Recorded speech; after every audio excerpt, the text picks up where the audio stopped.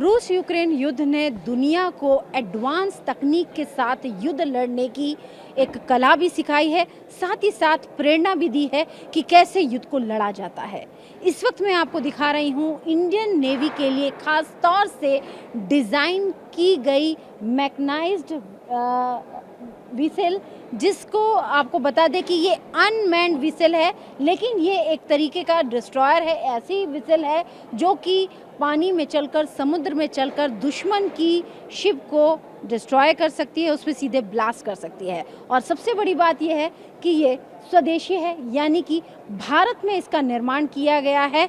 और किस तरीके से ये पूरा काम करती है, हमारे साथ सर जुड़े हैं। सर, आपका TV9 पर स्वागत है। Sir, your name? मेरा नाम कैप्टन निकुंज पराशर है। मैं फाउंडर हूँ सागर डिफेंस इंजीनियरिंग का। ये जो आप नाव देख रही है संपूर्ण तरह स्वचालित है और स्वदेशी है। ये 3 हिस्सों में बनी हुई है और आप इसे देखेंगे तो इसके आगे के सेक्शन में एक्सप्लोसिव जाता है, बीच में इसका कमांड कंट्रोल स्टेशन जाता है और पीछे इंजन है जो वाटर जेट सिस्टम है।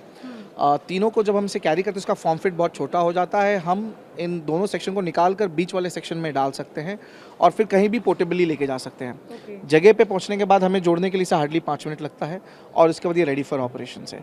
रेडी फॉर ऑपरेशन है। सर, जैसा मैंने जिक्र किया रूस यूक्रेन युद्ध का, क्या उस युद्ध में भी अगर हम देखें तो ब्लैक सी में हम देख रहे हैं कि किस तरीके से डोमिनेट कर रहा है रशिया ब्लैक सी में यूक्रेन को, तो क्या वहाँ पे भी इस तरीके की जो अनमैन्ड व्हीकल्स हैं, अनमैन्ड विसल्स हैं, जो कि डिस्ट्रॉयर हैं बेसिकली, उनका इस्तेमाल किया जा रहा है? जी, एकदम ऐसे वेसल्स हैं वहाँ पे जिनका इस्तेमाल किया जा रहा है और काफ़ी अच्छे तरीके से इसका इस्तेमाल किया जा रहा है। बिकॉज एक तो ये बहुत लो कॉस्ट है, बहुत लो एक्सपेंसिव है। जहाँ मिसाइल सिस्टम देखेंगे, देखें बड़ी चीज़ें, प्लस आप इन्हें झुंड में और स्वॉर्म में भेज सकते हैं। यानी कि अगर आपने ऐसे 10 या 20 भी भेजें तो एक ना एक ज़रूर आपका निशाने पे, टारगेट पे लगेगा ही लगेगा और आपको ज़्यादा सोचने की ज़रूरत नहीं है क्योंकि बहुत ही एक्सपेंडेबल है, काफ़ी लो कॉस्ट है। सर, आपने जैसे कहा कि ये बेहद लो कॉस्ट है और मैं आपको बता दूं कि ये खास तौर से इंडियन नेवी के लिए, हमारी इंडियन नेवी के लिए तैयार की गई है। सर, इसकी कॉस्ट की अगर हम बात करें तो कितनी इसकी कॉस्ट रही होगी? मैम, ऐसे कहने के लिए तो थोड़ा सा ये रहेगा, पर मैं करूँगा कि काफ़ी 1 करोड़ के नीचे के ही करीबन इसकी कॉस्ट जाती है। भारत में बनाया गया है, यानी कि मेक इन इंडिया स्कीम के तहत जितने तमाम तरह के हथियारों पर बनाने पर जोर दिया जा रहा है। आने वाले फ्यूचर की अगर हम बात करें तो हमारी जो तीनों फोर्सेज हैं, नेवी, एयरफोर्स और आर्मी, अपने खुद के हथियार तैयार करके मैदान में उतरेगी। एकदम। तो अगर ये नंबर्स में जाएंगे तो इसकी कॉस्ट और भी बहुत ज़्यादा कम होने वाली है और ज़रूरत पड़ने पे हमें बाहर किसी दूसरे देश पे निर्भर नहीं रहना पड़ेगा क्योंकि ऐसे सिस्टम्स अवेलेबल रहेंगे तो अगर कभी एम्बार्गो लग जाए या कुछ लग जाए तब भी आप स्वदेशी वेपन सिस्टम्स को इस्तेमाल करके अटैक कर सकते हैं। तो देखिए, स्वदेशी जो वेपन्स हैं उनकी खासियत यही है कि भारत में इन्हें तैयार किया जा सकता है और ये बेसिकली जैसा हमने बताया, ये बिल्कुल इसका एक्चुअल साइज़ है, यानी कि इसमें किसी भी व्यक्ति को बैठने की, किसी को ऑपरेट करने की ज़रूरत नहीं है। ये स्वचालित खुद से चलने वाली विसल है। इसके अलावा यहाँ पर मैं आपको दिखाना चाहती हूँ, ये एक स्वार्म बोट है, एक ऐसी बोट, ऐसी शिप जो कि 13 मीटर जिसकी लंबाई बताई जा रही है। ये फिलहाल उसका एक मॉडल है। ये कैसे काम करता है, क्योंकि ये भी एक अटैकिंग बोट है। सर, ये कैसे काम करती है? मैम, ये करीबन 13 मीटर लंबी है। ये 60 से 70 किलोमीटर प्रति घंटे की रफ्तार से पानी में चलती है। इसे जो हम कंट्रोल करते हैं, 2 तरीके से कंट्रोल करते हैं। एक है RF रेडियो कम्युनिकेशन द्वारा और दूसरे सैटेलाइट कम्युनिकेशन से। रेडियो कम्युनिकेशन के द्वारा आप करीबन 20 से 50 किलोमीटर दूरी की कंट्रोल कर सकते हैं और सैटेलाइट से अनलिमिटेड किलोमीटर तक कंट्रोल किया जा सकता है। साथ ही में ये 2 दिन करीबन 48 घंटे पानी में रह सकती है। इसमें अलग अलग प्रकार के वेपन सिस्टम्स लगे हुए हैं। इसमें किसी को बैठना तो होता है या नहीं होता है? बिल्कुल ही नहीं होता है, होना पड़ता है। इसमें जिसका जो ऑपरेटर होता है वो एक युद्धपोत पे एक मिशन कंट्रोल स्टेशन में बैठा रह सकता है क्योंकि सिर्फ वो ऑब्जर्व कर रहा है। एक बार इसे मिशन बता दिया गया तो ये मॉनिटर्स के थ्रू एकदम कंट्रोल स्टेशन के मॉनिटर्स के थ्रू उसे देख रहा है, ऑपरेट कर रहा है। कहीं कुछ खराबी आ रही है तो उसके ऊपर एक्शंस ले रहा है।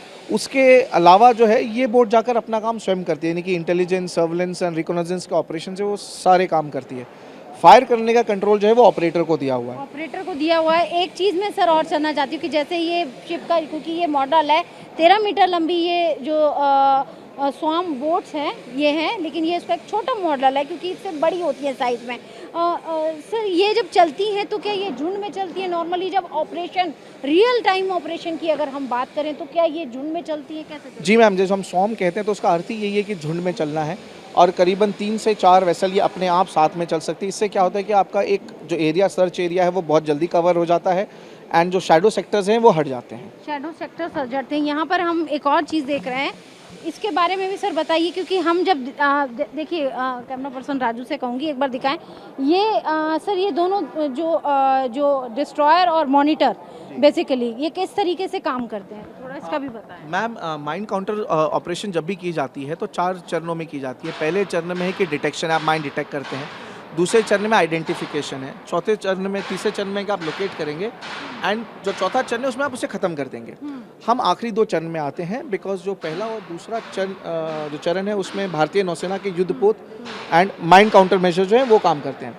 बाकी के 2 में जो लोकेटर्स और डिस्ट्रॉयर है वो जाते हैं और वो काम करते हैं। ये भी स्वॉर्म में काम करते हैं। एक बार इन्हें सोल्जर ने बता दिया, सिपाही ने बता दिया कि वहाँ पे माइन है, और वो इन्फॉर्मेशन उनके पास जाती है, तो जो मदर एयूवी उस जगह पे जाती है और उसे लोकेट करके आइडेंटिफाई करती है कि हाँ ये माइन है। यूएवी, मदर यूएवी इसको कहते हैं। ये मदर यूएवी खुद से पानी में स्वचालित चलती है और डिटेक्ट करती है माइंस को, और उसके बाद ये जो मॉनिटर है इसको बताती है। सो ये जो दूसरा वाला एयूवी आप देख रहे हैं, ये जाकर उस माइन को या तो उस पर एक्सप्लोजिव डाल देगा या उस माइन को जाके हिट करके उसे खत्म कर देगा। यहाँ पे सर हम एक ये ड्रोन भी देख रहे हैं, इस ड्रोन के बारे में भी बताइए कि इस ड्रोन की क्या खासियत है, क्या ये भी एक स्वॉर्म ड्रोन है? मैम ये स्वॉर्म ड्रोन नहीं है, लेकिन अपने आप में काफ़ी अनोखा है। लास्ट ईयर जो पिछला स्वावलंबन जब हुआ था तो माननीय प्रधानमंत्री जी को हमने इसमें स्वयं बैठकर मैं इसमें उड़ा था।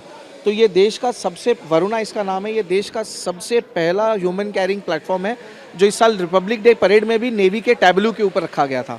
तो ये अब इसे जो हम पहले चरण में भारतीय नौसेना में जो दे रहे हैं, करीबन 150 किलो उठा रहा है, और ये एक शिप टू शिप ऑपरेशन में यूज़ किया जाएगा लॉजिस्टिक ऑपरेशंस के लिए, और फेज़ 2 में कैजुअलिटी इवैक्यूएशन के लिए। ये उसका बहुत ही छोटा स्केल डाउन मॉडल है यहाँ पर। सर हमसे बात करने के लिए बहुत बहुत शुक्रिया। तो यहाँ पर हम आपको दिखा रहे हैं इंडियन नेवी की वो नई टेक्नोलॉजी, ऐसी नई टेक्नोलॉजीज़ जिन्हें हाल में ही शामिल किया जा रहा है इंडियन नेवी में।